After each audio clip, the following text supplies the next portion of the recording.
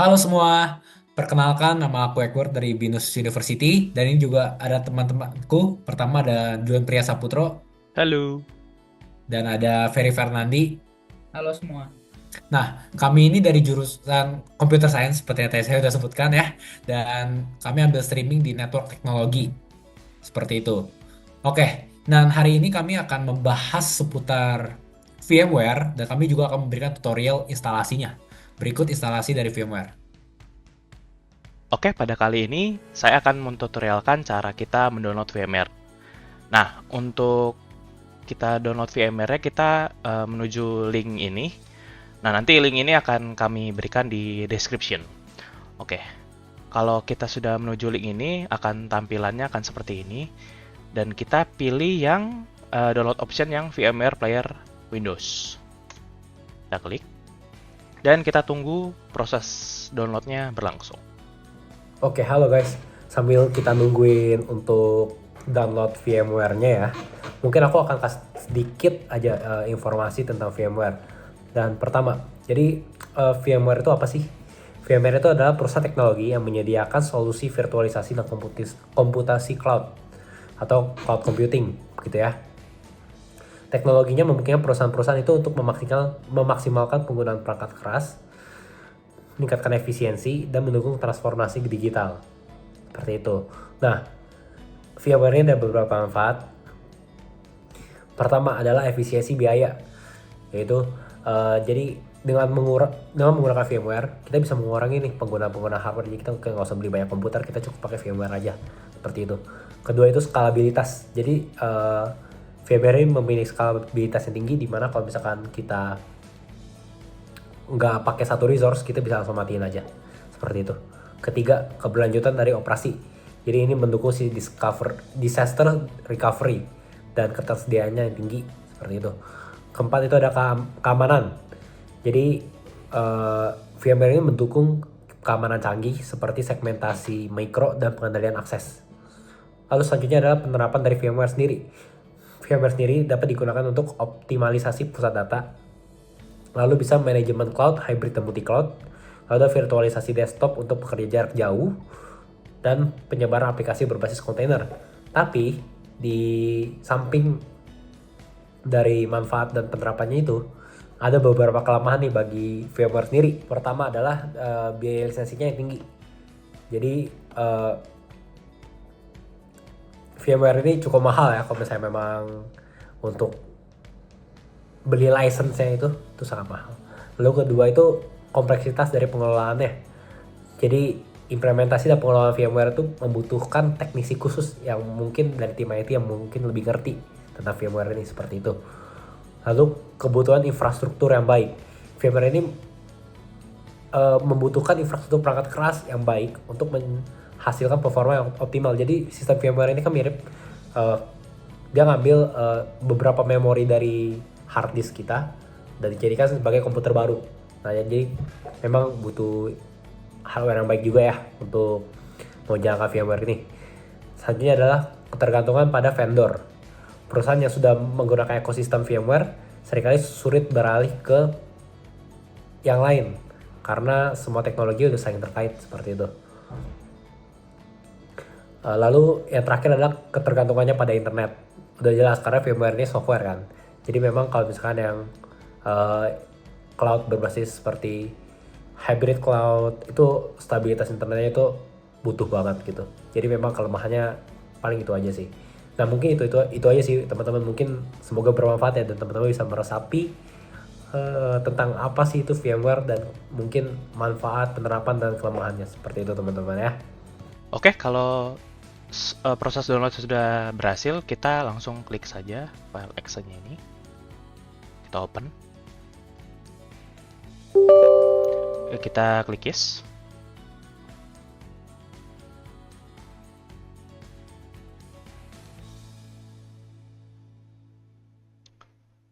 Oke, yang di sini kita next aja. Kita centang box ini dan kita next. Ini untuk yang compatibility setup ini kita next saja. Dan untuk tempat menyimpan ini kita bisa rubah. bisa kita rubah ke file D atau file di C, kita bisa bebas.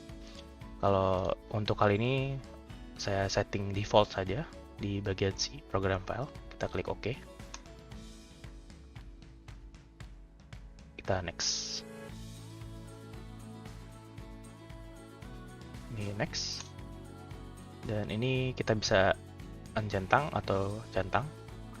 Kalau untuk ini kita centang aja. Next. Dan kita klik install. Oke, dan kita tunggu instalasinya. Oke. Kalau sudah seperti ini, maka instalasi VMware-nya sudah berhasil. Kita bisa di sini cari VMware yang workstation. Nah, untuk tampilannya seperti ini, dan kita bisa melakukan create new virtual machine dan berbagai macam hal. Oke teman-teman, sekarang kita bakal masuk ke implementasi penggunaan VMware. Nah, sesuai yang udah jelasin sebelumnya ya, intinya di dalam VMware kita bakal bikin virtual machine yang memungkinkan kita untuk menjalankan beberapa OS yang berbeda di dalam satu perangkat yang sama ya, gitu teman-teman. Nah, maksudnya gimana? Contohnya kita punya laptop atau PC yang basis dasarnya itu OS-nya Windows. Sedangkan kita punya tugas atau kerjaan yang ternyata butuh OS Linux. Dibandingkan kita mengubah sistem utama kita, Windows kita, lebih baik kita bikin virtual machine buat Linux-nya gitu. Nah, jadi di sini aku bakal bikin contoh ya. Bikin contohnya di sini aku bakal bikin Kali Linux gitu. Jadi aku bakal download Kali Linux ke dalam virtual machine yang aku buat di dalam VMware gitu ya. Nah, jadi buat ngebuatnya di sini kita pertama klik dulu create a new virtual machine. Nah, di sini dia bakal minta ya. Di sini kita bakal pilih installer this image file. Jadi di sini kita butuh installernya si Kali Linux. Jadi kalian boleh aja ke Chrome search Kali Linux gitu ya. Nanti bakal muncul nih paling atas web si Kali Linuxnya sendiri. Nah, kita bakal milih yang download /get Kali Linux, get kalinya gitu ya. Terus kita mau download yang mana? Di sini kita bakal download yang installer images. Nah, terus di sini, nah kalian sesuaiin ya sama laptop kalian mau download yang mana. Terus kalian tinggal download aja gitu. Nah, di sini untuk size sendiri 4 GB gitu ya. Jadi kalian harus tunggu dulu sampai selesai nih gitu ya. Kebetulan aku udah siapin, jadi di sini aku nggak perlu download lagi. Jadi kalian tunggu dulu sampai selesai. Kalau udah selesai kita lanjut ke sini. Nah, kalau udah di sini kalian lanjut ya, kita browse aja. Kalian pilih installer Kali Linux yang udah berhasil kalian download sebelumnya. Nah, kalian open aja, terus kita next. Nah, di sini kita disuruh pilih nih OS-nya gitu ya. Nah, ini harus kalian sesuaiin sama apa yang mau kalian install di dalam virtual machine-nya nanti. Nah, karena kita mau install Kali Linux di sini ya. Nah, makanya di sini aku setting OS-nya itu Linux dan versinya itu dari Debian gitu ya. Karena Kali Linux itu basis dasarnya itu Debian. Jadi aku next aja. Terus untuk virtual machine name-nya di sini mungkin aku buat Kali aja ya. Ini kalian bebas bikinnya apa, tapi sesuaiin aja sama yang mau kalian download. Terus buat lokasinya, nah ini kalian juga sesuaiin aja kalau kalian mau ganti ya. Di sini aku mau ganti, misalnya aku mau simpan di local disk D-ku. Di sini aku bikin folder khusus buat Kali Linux. Jadi di sini aku bikin foldernya manual ya. Terus aku oke aja, terus aku next. Nah, terus di sini kita ngatur maksimum di size-nya buat si virtual machine yang kita buat sekarang. Nah, ini bebas kalian buat berapa aja. Biasanya disaranin kalau buat Kali Linux itu 35 sampai 40 GB gitu ya. Nah, tapi yang pasti aja kalian harus sesuaiin sama kondisi disk kalian gitu ya. Pastiin jangan sampai disk kalian itu kurang daripada yang kalian setting di sini. Terus kita next aja. Nah, di sini udah ya, muncullah spesifikasi yang kita mau buat. Nah, terus di sini harddisknya 40 GB. Buat RAM-nya kita mau naikin, misalnya RAM-nya kita bikin memorinya jadi 4 GB.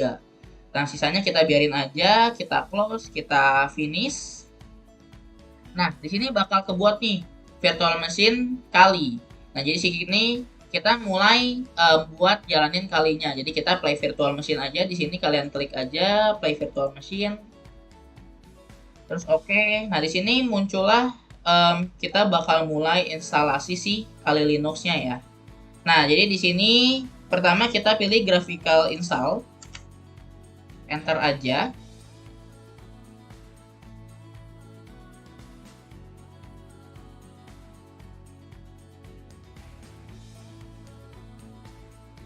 Nah, terus di sini kita disuruh pilih language, kita continue aja. Terus buat area, misalnya aku pilih Singapura, terus continue aja. Terus buat keyboardnya, kalian pilih juga, continue aja.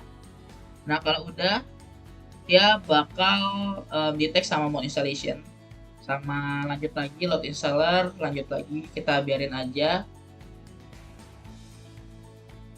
Nah, kalau udah, di sini kita bakal diminta buat masukin hostname-nya, buat nanti di dalam Kali Linux-nya hostname-nya siapa. Ini bebas kalian masukin apa aja ya. Di sini aku masukin Kali aja buat contoh. Nah, terus domain name kalau kalian punya institusi tertentu, kalian mau masukin boleh. Kalau enggak juga nggak apa-apa. Di sini aku kosong aja, continue. Nah, terus di sini kita bakal setup user sama password. Nah, ini username-nya bebas, tapi pastiin kalian ingat karena ini yang bakal kita pakai buat login ke Kali Linux-nya nanti. Nah, di sini aku bikin buat contoh Kali aja ya username-nya. Terus ya username for account-nya juga Kali aja, full lanjut. Nah, terus buat password-nya ini bebas juga kalian buat apa. Ya, better yang kuat, tapi dan pasti harus kalian ingat gitu ya. Di sini aku buat contoh, aku bikin simple aja. Nah, di sini dia bakal configure waktunya berdasarkan wilayah yang kalian pilih di awal. Terus di sini kita bakal ngelakuin partitioning disk, kita setting gitu ya. Nah, di sini bakal disuruh ya, kalian mau settingnya gimana. Nah, jadi ada pilihan manual. Kalau kalian udah ngerti boleh manual. Nah, di sini buat contoh awal di sini kita bakal langsung aja use entire disk ya. Jadi kita continue aja. Nah, lanjut lagi di sini kita continue. Terus nah, di sini ya, kita bisa pilih nih beberapa jenis nih. Kita mau separate kah? Nah, tapi buat awal-awal kita langsung aja all files in one partition gitu ya. Kalian bisa continue aja. Nah, di sini jadi udah dibuatin sama si Kali Linux-nya, disettingin, jadi kita continue aja. Terus di sini kita pilih yes. Terus kalau udah, kita continue aja.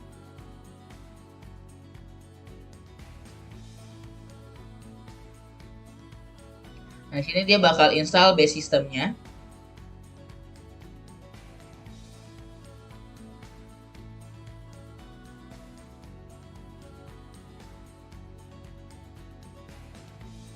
Ini kita tunggu aja ya. Install base system nggak terlalu lama. Nah, selanjutnya di sini ya kita bakal select sama install softwarenya yang kita perluin apa gitu ya. Nah, jadi di sini kalian pilih aja apa yang kalian butuhin. Kalau mau lengkap kalian aja checklist buat genome sama plasmanya ya. Nah, misalnya kayak gini, terus kita bisa continue aja gitu. Nah, di sini bakal agak lama, jadi kalian tungguin aja ya. Oke teman-teman, setelah kita selesai install software-softwarenya, sekarang kita bakal install group loadernya. Di sini jadi kita yes aja, terus kita continue. Nah, terus di sini buat device-nya, device for bootloader installation. Nah, di sini kita pilih yang bawaan aja ya. Jadi kita pilih yang /dev/sda. Nah, terus kita continue aja. Nah, setelah itu di sini kita bakal finish the installation. Nah, cuman di sini yang bakal lumayan makan waktu, jadi kita bakal tunggu lagi. Nah, oke, setelah selesai, kita tadi finishing installation-nya, selesai ya, kita installation complete. Kita continue aja. Nah, harusnya udah selesai ya. Nah, jadi di sini langsung jalan ulang lagi.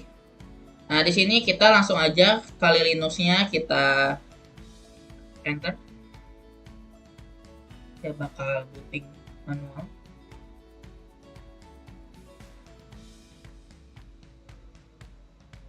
Dia bakal langsung booting ya buat Kali Linux-nya. Nah, terus Kali Linux-nya bakal langsung jalan.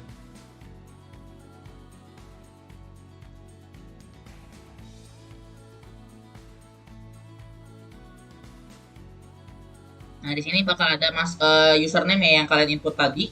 Di sini kita pilih aja, terus passwordnya kalian masukin password kalian.